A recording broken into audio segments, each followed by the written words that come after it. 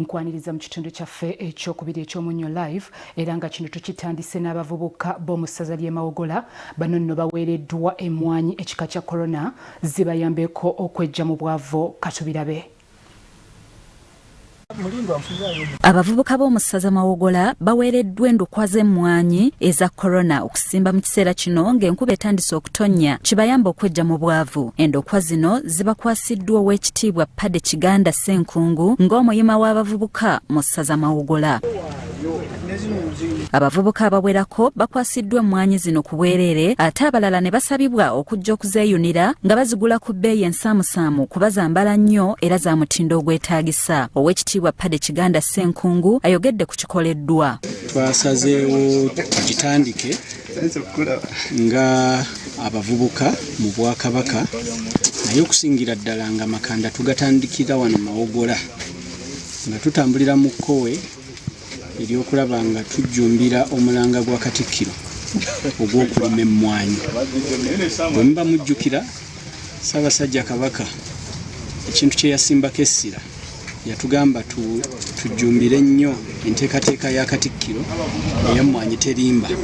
Era Katikkiro atambudde Obuganda bwonna emirundi miyitirivu nnyo ng'atukubiriza okulima emmwanyi. Muteesa Mawogola Sserwadda Muhammad Ssalongo ategeezezza nti abavubuka basuumuuse era nti balina essuubi mu nkola eno nti kubanga egenda kwongerako ku nnyingiza y'abavubuka. Twebaza enteekateeka ennungi eri obuweereza abakulembeze b'abavubuka basobodde okubeera nga basuumuse okuva ku ddaala lye babaddeko ennyingiza entono ne bagenda ku ddaala eddala. Kubanga enteekateeka eno tugirinamu essuubi nga abaweereza mu Mawogola omuvubuka agenda kubeera mu nteekateeka ey'obulamu bwe mu maaso ng'agirabako kubanga agenda kufuna ennyingiza eya buli mwaka. Akulira abavubuka mu Bwakabaka mu ssaza Mawogola Mutebi Ronald asiimye ebibaweereddwa.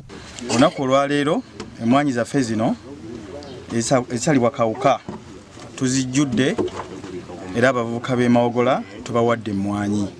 Buli omu tumuwadde emmwanyi esoba mu 100 ate tugabidde abavubuka bangiko ate era tugenda na kusimba emmwanyi ennimiro y'emmwanyi nga pulojekiti y'abavubuka ku ssaza e Mawogola.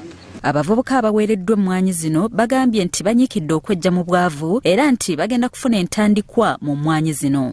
Ekyamazima bingi ebitutwala emitima olw'obusente obutaliimu ne tukizuula nti singa tuba tufunye omusiri ogw'emmwanyi ng'abavubuka tusobola okuggyawo entandikwa n'ababadde balowooza nti twemalamu olw'obusente obutono ne kiba nga tekitutambulirako.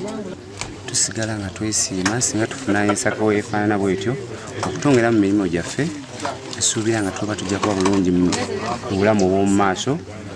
Twebaza abakulu aba Buganda bateerawo enteekateeka eno kiyambye nnyo ng'abavubuka okukola tusobole okweggya mu bwavu. Bya kitongole ky'amawulire ekya Salt TV Omunnyo.